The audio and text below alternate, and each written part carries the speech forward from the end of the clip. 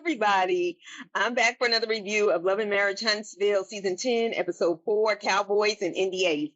If you're watching this, thank you. Please be sure to like the video and subscribe to the channel. I really appreciate it. Y'all know why this is late. I was in Chicago, which I had a great time. My friend had a very lovely wedding. Shout out to Anatasha. And I got back. My flight was supposed to leave at 6:55 this morning in Chicago. It got delayed like an hour. We didn't even pull off to like 7:55. Then I got back and I wasn't really able to sleep. So I still have my airport outfit. So I just watched this and I'm gonna do my best. Okay.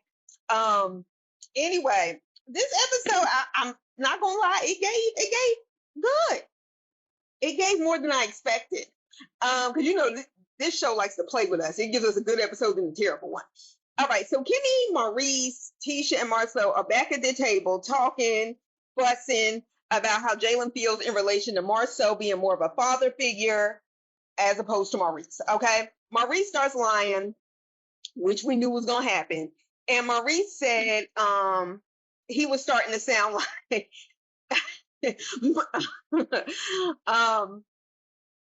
Chris Fletcher lying because Marcel lies all the time. He tells him, you lie all the time. Maybe he does lie a lot. Yes, we know that. But so do you, Maurice. And quite frankly, there are two other people in addition to Marcel at that table who seem to agree with him. So Marcel said, look, Monster is the golden child. And Jaylen's not even there at this point.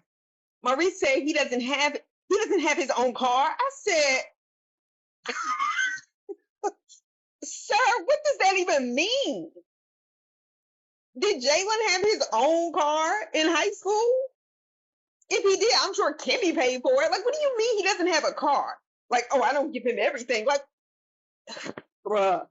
Okay. So anyway, just because you didn't buy him his own vehicle does not mean you didn't treat him better. Period. Marcel was like, the point is, essentially, you're treating your stepchild like a stepchild. And I also think the issue is that Kimmy does not treat Monster like a stepchild. You see what I mean? Tisha was just sitting there sipping and enjoying it. Kimmy said it's hard to get through to Maurice, and you can tell him the same things over and over again, so Marcel can get through to him better. First of all, Kimmy, Maurice gets it, okay? And I need you to quit playing dumb that allows him to gaslight people over and over again. Maurice gets it. He's in denial, and it's important to him as a person to keep up a certain appearance as this kind of Black man figure who's a father figure, not only to his son, but also to his now current wife's child. That's what he's worried about.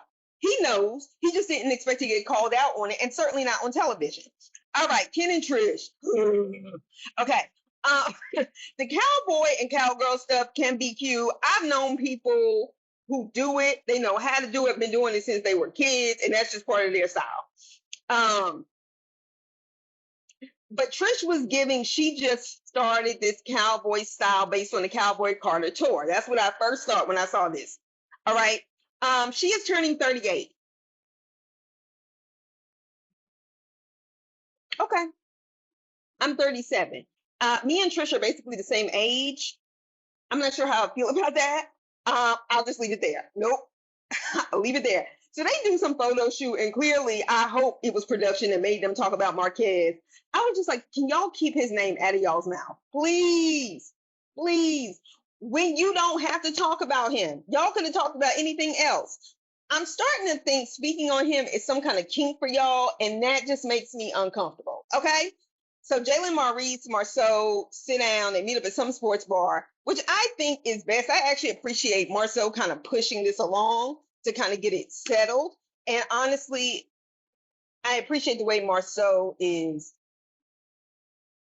not only acting as family, but like as an advocate for Jaylen, because it seems to me that Marcel has enough emotional intelligence to understand that everybody doesn't always feel comfortable expressing every detail of their pain. All right? Maurice, I don't know who in the hell advised that burgundy brown colored suit that you had on, but it is absolutely atrocious in that confessional. Don't wear it again, even though I'm sure we're going to see you in it again. Does Kimmy hate you? Or do you hate yourself? Or whoever sold you that suit at Steve Harvey's warehouse did not appreciate you as a customer, okay, and gave you very, very bad advice. My problem with this meetup is that Jaylen has graduated college, and Maurice came into this boy's life when he was 13. Don't act like you didn't know. You do know. And we saw another episode where he told you in no uncertain terms at that pool hall how he felt. So quit acting like this is something you didn't know. You don't care, or you didn't care until it became public. It's, as far as I'm concerned, the way Maurice saw this whole situation is it's a Kimmy will fix it. She'll take up for me. And yes, I do believe that in your mind, Maurice, you don't consider him your son. Like he's just your stepchild, and you treat him that way. There is no way that you didn't know this boy felt this way or didn't get an inkling. Like stop. There's no way a boy that age could be in your house. And if you were spending time with him, everything doesn't always have to be expressed. Like Tisha's dumb ass said, it was on Jaylen to try to establish a relationship with him. He was 13. He was a kid. Are you kidding me right now? Tisha don't know nothing. Oh my gosh. So it's good, like I said, that Marcel went because Maurice is so committed to the lie. Now we see why birds of a feather flock together. I'm starting to see more now that we pulled Mel out as the scapegoat, or she pulled herself out as the scapegoat. Maurice and Martell are very much alike. One is just more, one was able to hide it longer, and that's Maurice. They have a lot of narcissistic traits. Once again, armchair psychologist, I do not have degrees in that. I'm just saying that's what I see. All right, so Marcel asks Jaylen, how his house is coming, and he says, it's good. And Marcel says to Maurice, oh, you haven't seen it? And he says, well, no, sometimes I like to be invited over. And I said, and there's the problem. Him and Martell, like I said, are a lot alike. He can't even take himself out of it long enough. Maurice can't take himself out of it long enough to just say, hey, when can I come and see it?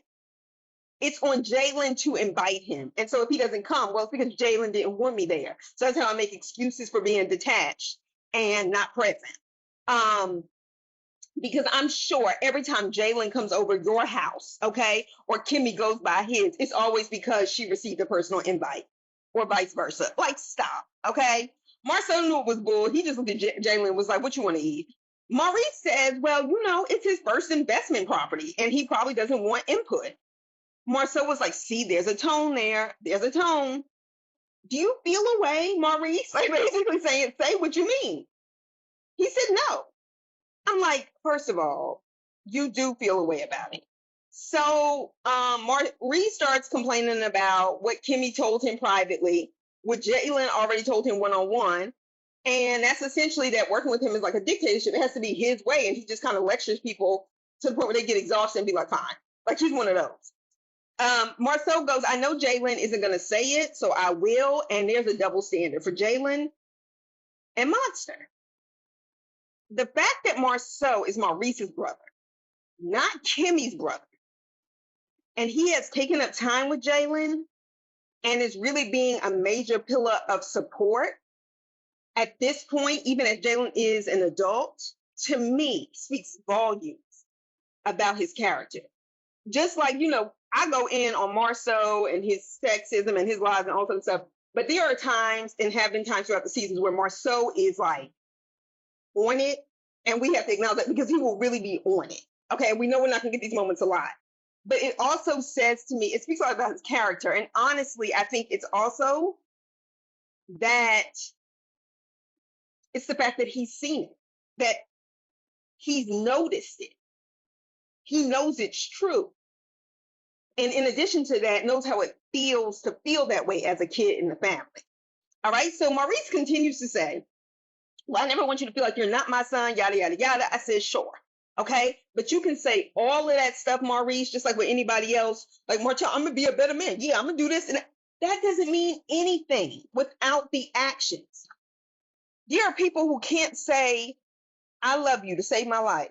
But everything about their behavior is their way of showing love. And some people just have that kind of emotional, to some degree, like to be an emotional, excuse the expression, cripple almost. Like they can't show, they can show it, but they can't say it. So just saying it doesn't mean anything anyway. But once again, he's worried about his image that none of us seem to hold for him, but nevertheless. Honestly, Jaylen has been very clear about his feelings that he clearly gets from Kimmy. Maurice refuses to hear him in that Martell narcissistic tendency way. And it's exhausting. It's exhausting to watch. I can't imagine what it is to go through it. He kind of looked like, Jaylen kind of looked like at points keeping his head down, like he wanted to cry, like it seems like a real place of pain for him. Maurice said, well, if you ever feel like that, you should let me know. I said, he told you he felt like that. He told you that directly at the pool hall. You keep acting like you don't know this stuff. That's what I mean. He's a liar. But anyway, Jaylen got the job in Colorado. Congratulations. The job isn't the money that he wants. And Maurice says, well, you can't expect people to pay top dollar. It's in a completely different field. And Jaylen says, I've taken a pay cut each year. And I understood what Maurice was saying. I also understood that in my late 20s, I was finishing graduate school. And I didn't necessarily know this, but I figured this out. Like when you get, and I was just not accepting it because I was just like, you know what? Everything in my life is kind of crazy. You know what? Might as well go ahead and blow it up. And I negotiated like an $8,000 increase for myself. But because the thing is, it is much harder to negotiate a raise once you've accepted a certain kind of pay than it is when you initially go in.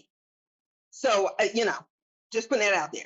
Anyway, Nell and the daughter that she actually likes was at the daycare.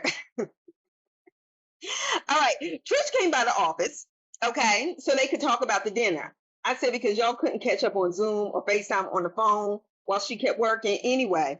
So they started talking about how her Trish's Cowboy party, birthday party, whatever. So Nell asked, well, who is all invited? And that's always a good question. But you should probably ask somebody else. You don't want to do it under the threat of, not showing up. She didn't say that, but it kind of felt that way. So Nell said basically Marquez and Martell aren't invited. And she said absolutely not. Martell is somewhere watching this episode mad as hell, okay? And he can't wait to get to the reunion to go off on her about this. So they bring up the dinner that they had with all four of them, where Tisha was basically all but everybody else's business and not sharing any of hers. And Nell said, well, Tisha was being standoffish and avoiding answering questions. She was. Nell said, look, I have touchy stuff in my life too, but I talk about it. Nell has a point. Tisha is always ready to say things, imply things, ask these personal questions, but she doesn't share about her marriage. Now, did Nell do that kind of provocative asking and that kind of stuff? She did. The difference is Mel, I think, in many ways, was forced to, say more about her marriage, and she went on with it. But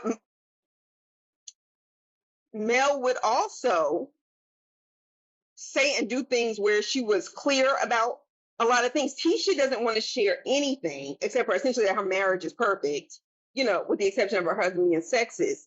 But then she wants to ask these personal questions. And quite frankly, that does not feel like a friendship. We know ain't none of these people friends, but you get it. A friendship where somebody's always trying to be in your business, but they don't ever tell you none of theirs, that's the enemy. Okay, that's all right. But I think Nell is really on this Tisha stuff, not simply because Tisha gets on her nerves, although I'm sure it's a huge part of it, because you ain't telling me nothing. Mel and Nell knew each other for several years, even before Nell was on this show. Ain't no way in hell Mel didn't go to her and vent about some of the stuff going on in this show as her and Martell were going through this stuff. And I guarantee you, Nell has some details in her back pocket that I don't know that she's going to show the restraint that Mel did and may eventually share them. And she's just waiting for the right time to pull it out. Okay, Martell. Why? Just go away. Martell meets up with his mother for breakfast, okay? Now, it's been a while since we've seen Miss Marlene. So he said, he was doing his daily routines, dropping the kids off at school, but his last drop off was with his son Maverick, who he had by, the other woman. So he tells his mom, that he's moving Ariana to the investment property Miss Marlene says, oh, that would be nice. She said a lot that her face seemed to be expressing antithetical sentiments. So everything she said, but her face was always saying something else, just unimpressed, not here for it. She said, I mean, she is your baby's mother. He said, well, yeah, I don't want to have to pay bills in two places. And I was like, dang, he's paying Arion's bills and his. Martell, he's selfish. So I'm shocked, especially since I also think he's kind of broke. And then he started talking in the confessional and it hit me. I was like, oh no. He meant his house and his investment property. I mean, we know child support, but nevertheless. So he said, well, I can't move her in with me until she has a ring on her finger. He is not going to marry that girl. He's not. He might get one of those, Chrissy and Jim rings, but no. Mm-mm. So Miss Marlene asked him if he plans on marrying her, knowing she already knows the answer, because mothers know those kind of answers. He said, well, we've talked about it. I'm sure you have. Miss Marlene didn't say anything negative about the side chick on camera, which I think was very classy of her. She said, well, I know you want to get married again. You talk about getting married again. She said, I think y'all should keep getting to know each other. And then I was like, they were messing around for 5 years before his divorce. At this point, it'd have been like 10. He knows who she is. He does not want to marry her. She's an embarrassment in many ways and a constant reminder of the shame. All right, that he brought on himself. So Miss Marlene says she seems like a nice girl. That's what people say when they, about to go in. Martell said, honestly, I thought it was going to take you longer to adjust to the situation. She said, well, I love the family I had. And she was heavy on that had, right? So Miss Marlene told him she was not going to adjust initially, which it didn't appear like on those other seasons when him and Mel were going through it, where she was defending him in the thick of it, saying, you a good man, nothing's wrong with you. Not to say that Miss Marlene didn't call him out a few times, but it seemed like as it got worse, the way she kept saying things like, why would she send you to jail over a text message, this and the other? It seemed like she was defending him with his foolishness. Now, granted, there's a lot we don't see on camera, and we can tell by her behavior. She don't see it for old girl. All right. So, yeah, it's clear to me she loved Mel. This is the thing. Do y'all see how infidelity in a marriage can destroy a marriage and a family? Like, do you all see the ripple effects? It wasn't just Mel as his wife being hurt, or just being between Mel and Martell. Their kids saw them arguing and fighting. They heard conversations. Whether they were able to put the pieces together at that point or not, they will be able to. And it became public.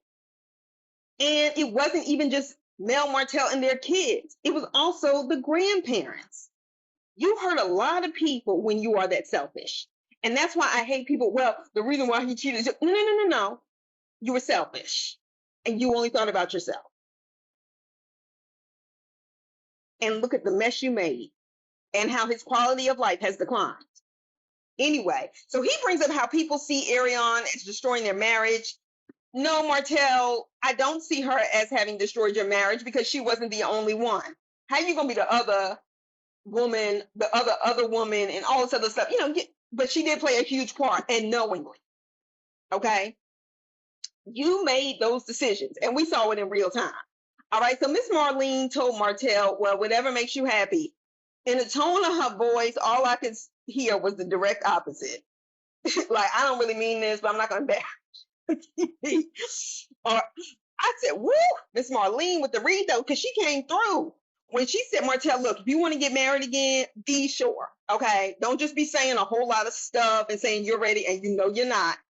He said, well, I just want to make sure, that in the next marriage, she can trust me and I can trust her. Mama said all she went through to get you, she'll do right. I said, oops. See, now that more of them details come out, I think I actually thought she was going to be, I don't know, more lenient with Arian for some reason. Clearly that was not the case. But that gave me a good kiki. Martell ain't even got money like that. Mel was paying the side chicks bills. I mean, not knowingly, but like essentially when he's buying her cars and he's paying her rent, like we see how bad his finances are. Anyway, Marlene was all up in the business. I guess she's just a morning person. All right, so we get to Trish's birthday party. Kimmy's outfit was cute. Okay. Tisha said, she walks in and said, I thought it was Trish's birthday, not her and Ken's. And by the looks of things, it's both of their parties. Tisha, stop. Stop. They took those pictures on purpose. That was Trish's choice. Please stop acting like you are superwoman in your marriage and that your husband hasn't done outright disrespectful things when things are supposed to be your moment. Cut it. All right, so I didn't like that. I didn't like that. That wasn't necessary. Now all of a sudden you were so Miss Superwoman. I know you want to be Mel, and I know you wish you could. You don't have the personality for it, or the work ethic for it, or the drive for it, and so it always looks crazy and forced. Okay. Because honestly, you're sounding the way Mel used to read you. Maybe you've studied her over the episodes. Don't get full of yourself because you think you're the star on this 10th grade animated show. Because clearly there's a 10th grader doing all the graphic designing, which is great for a 10th grader, not for y'all. Okay. Maurice and Marceau, they plan to address Chris Fletcher at the party about that coffee or smoothie conversation he had with Mel, which probably at this point is a year and a half ago because of the way they film. I'm like, this is petty as hell. Y'all didn't stop and think to talk to him about this at some other time. Why are we making a thing of this? Like, all y'all say stuff out of the way. Anyway, but they let Martell get away with murder with the stuff he said for years. Okay. But now this is an issue. Miss me. Jaylen and Fletcher, they did their cowboy thing well. Lance was too. I don't really care for Lance, but his outfit was good. All right, so then Trish walks in. What did I tell y'all? I knew it before I even got to this part of the episode. Trish walked in with, her Beyonce-esque cowboy outfit. I hate to be mean, but can we please get Trish a new wig? For all I have to say about this cast, nobody, they all have like bad wig days, but nobody's quality of hair is really bad. Like, I don't understand why Trish just can't say, look, I work out a lot. I know her hair probably sweats. Kimmy, can you help me? Tisha, can you help me? Because they wear wigs, but also have healthy, natural hair. Even Destiny she can't take you to her shop. But just what is going on? It bothers me. Anyway. So Tisha, once again, we have seen this before. Tisha cannot hold her liquor. She can't hold it. We saw this at Nell's birthday party last year when she wanted to snatch Mel's sunglasses off her face, was yelling at Nell at her own party. She's one of those people that will try to ruin a party. And that's what tells me that Tisha is not only like her mother, but Tisha's also a hater. Like, she's the kind that will show up to your birthday party and try to get loud. You know your limit with drinking. You are grown enough to know your limit with drinking. I know your limit with drinking from watching this show. And when you're at somebody's party, it's just like, me being at the wedding last night. It was just, I just do too. You know what I mean? Like, getting sloppy drunk at somebody's wedding, makes it about you and not them. And I don't like that. I don't like that. Whether I like Trish and Nell, it doesn't matter. I don't like when people do that to other people because that's a messed up way to be. So she brings up to Trish on her birthday. Apparently, she wanted to point out that why is Ken on your poster if it's your birthday? Then Trish was like, because I wanted him there. We knew that, Trish. Tisha just doesn't have enough to do. Then she said, as Trish, just once again, her birthday party. Okay, that's what happens, Trish, when you don't invite your real friends. she said, well, what's going on with you and Ken? It's like 1 foot in and 1 foot out. And Kimmy and Nell, whether they're being fake or not, they said, no, she said she's ready to get married. I was like, but there are plenty of times where she said she had. But that's not the point. It's not your business, Tisha, and it's not really something to bring up at her party. Nevertheless, you just said you didn't like the fact that she had a poster with her man for her birthday. But now you're criticizing her for having 1 foot in and 1 foot out of this relationship. If she has the ability to have 1 foot in and 1 foot out, trust me, he ain't making her put him on her birthday poster. And we all know Ken did not do that, okay? He did, and I know some of y'all hate Ken, but I like Ken. I think Ken is reasonable. Okay. I understand, but I like him. I think he's all right. So, you get a lot of liquid courage, Tisha. Too much for somebody who I know can't fight. Then her equally yoked, messy husband, Marcel, starts being a Mitch, okay, and getting all up in Ken's business because they just can't get enough of that, right? He's easy prey and he's easy going. I'm sure he's one of those, I'm one of those people that like you can prod, you can poke, you can hit there, and I will sit silent a lot of times, or I'll, make a few remarks back, and with no warning at all, despite the fact that your behavior should have been a warning that's at some point, and then I blow, and you deserve all of it. And trust and believe you're going to get your feelings hurt. Anyway, so Maurice jumps in, and Kim was absolutely right when he talks about these two always tag teaming. That's also some Mitch stuff. So anyway, I don't know why that word came back to me. I just decided to use it. So Maurice jumps in, and Kim was like, I already know what you're going to say, Was it me, or did Maurice sound like Jaylen for a second? Like he was talking weird. I was like, does he have a cough? Anyway, was that the only one understanding that scene? If you did, let me know. Okay, so anyway, he tells Ken that, look, you're the bad guy because they're still married. But if that's the case, Maurice, then Kimmy was too, right? And this is based on technicalities. And people have said this about her over the seasons, and you never open your mouth and defend her. Do you really think that's the card to pull? I promise you it's not. It's not. It's not. Slow your roll, okay? And Kim was absolutely right. He does not need their advice. All right, so Marceau said, well, if anything happened, God forbid, Marquez, would be in charge to make the decision, not you, because her husband is on the paper.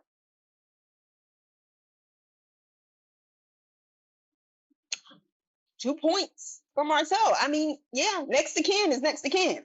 All right. So Nell tells Kimmy and Tisha that they are not transparent. And Nell had clearly been holding this in. This was pissing Nell off. So Nell says, for example, the Martell interview. Because Kimmy's like, what? Kimmy said, well, I didn't watch the whole thing. Tisha said, I didn't watch any of it.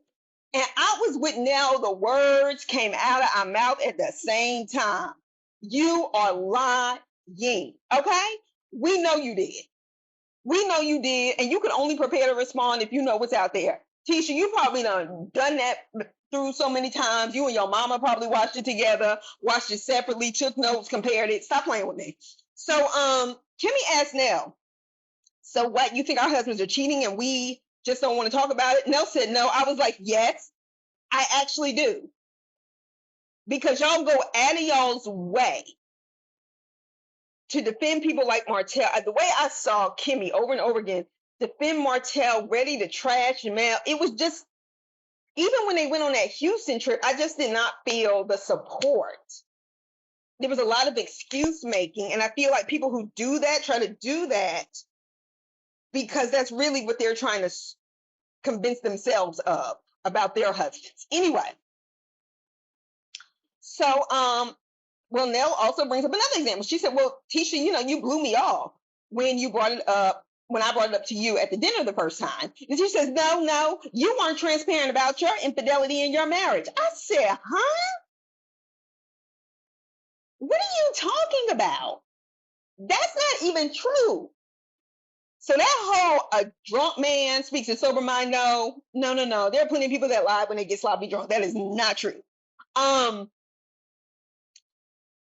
of all, let's just get the basics. Yes, she was, and so was Fletcher. Before they were even part of the cast, we knew they had been through that kind of situation, which is why Martell and Mel felt comfortable talking to them about the issue to see how they went on with their marriage. They were not, what do you mean not transparent? You can tell that stuff still hurts now. You see how often, she'll bring it up, and she looks really sad in her face. That was really hurtful for her. So don't lie. See, I hate when people have me defending people I don't even like. But the truth is the truth. And then Nell also mentioned, because I didn't realize, I guess Tisha was kind of referring to that dinner they had that time. And she says, well, have y'all dealt with infidelity in your marriage? And you can tell both her and Fletcher started shaking his hand. She was about to say, yeah. And Marcel was like, nope. She was like, your husband cut that conversation off. Also, I'm tired of them talking about who's cheating, who might be cheating, who's with who. All of y'all got messy other stuff. It just always seems like prove it or don't. I mean, the Martell stuff got exposed. I mean, at this point, it's just giving college girl Hattie. All right. So Tisha does need her ass whooped. Bad. Okay. She's a hater. She can't hold her liquor. And honestly, saying those cruel, hurtful daggers like she threw at Mel when Mel was going through it. And I'm not talking about them getting an argument and somebody taking up for themselves. I'm not saying that everything Mel did was right. It was not. Everything Tisha did was not right. But when you know somebody is in that very vulnerable, heartbroken space, you don't have to go through a divorce to have sympathy for it. And there were a lot of mean-spirited things I saw Tisha do. Now, Tisha said there's a lot of stuff on the Huntsville streets about Chris. I said, girl, bye. And Mel was like, okay, there's a lot of stuff on the streets, but it's not true. I can tell you that right now. Tisha, you claim to hear all of this stuff in Huntsville streets while you are supposed to be so busy with these kids finding an office space so you can do zero work in it, but you have all this time to hear street gossip and we don't know of no friends you have? I mean, really, like Kimmy is family and doesn't count. And I already told her she wouldn't hang with you if you weren't. I don't doubt, especially in a small town like Huntsville and with a reality show this big, you do hear stuff about people. But like, I just want people to stop acting like people don't lie and make things up for attention. People do it all the time. And somebody goes, why would they lie about? Why does anybody do anything? People lie all the time. Wild stuff. When I've heard lies about me, I'm like, really? What? Like there's stuff that I haven't even been able to get angry about because it was just so bizarre. Like, it does make you angry anytime somebody's not telling the truth on you, but it was just like, anybody who ever believed that, I don't want nothing to do with you. So don't act like people can't make stuff up. And everybody has had stuff said and made up about them on this cast. All right, some of it true and supported with mugshots, other things not. All right, so Kimmy and Tisha start ganging up on Nell. Once Kim pointed that out, that Marceau and Maurice are always ganging up, Kimmy and Tisha have a habit of doing that the last several seasons. The same way Marceau, and Maurice do. It's weird. Kimmy, that makes you look whack as hell. Especially siding with Tisha, whose subjects and verbs barely disagree most of the time. Barely agree most of the time. Like, it's BS. And I think Kimmy is smarter than she acts, which is also lame. So now Trish is saying, well, I'm an open book. Now, honey, now Tisha was right. You are a lie. No, you're not. We have caught you in several lies. But y'all do know a lot of specifics about her life. Sort of. She was married, went married. All of these things, right? So, Trish, I would have just piped down on that one. So Marceau and Maurice are bringing up to Chris Fletcher how they are all still butthurt about the NDA comment from Fletcher. I'm just like, will y'all let this go? All of y'all have thrown each other under the bus at one point in time. Now, Chris, you said it. Marceau, you saying stuff is coming back to you. I'm like, you saw that on the episode last season. Like, stop playing. What do you mean coming back to you? Shut up. Yes, Fletcher did say it, or he insinuated that. But y'all are acting like some Mitches for real, both you and Maurice. Anything to not take responsibility about anything. Maurice, don't you have a relationship you should be nurturing right now with your son?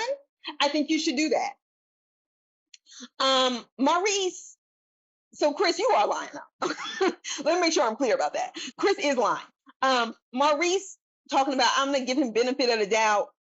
If you said the evidence was so concrete, even as we saw it on TV, but you're gonna give him benefit of the doubt, I already know how terrible of a lawyer you are. Like that time you tried to walk in and kind of defend own in the courtroom, like wild stuff.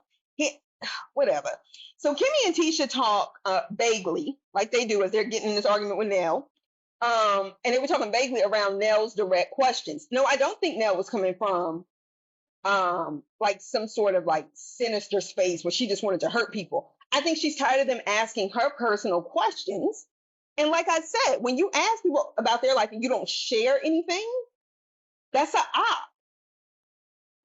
So Tisha decides she's gonna walk over to Chris and ask him about all of this. I do not respect men who argue with women and get loud.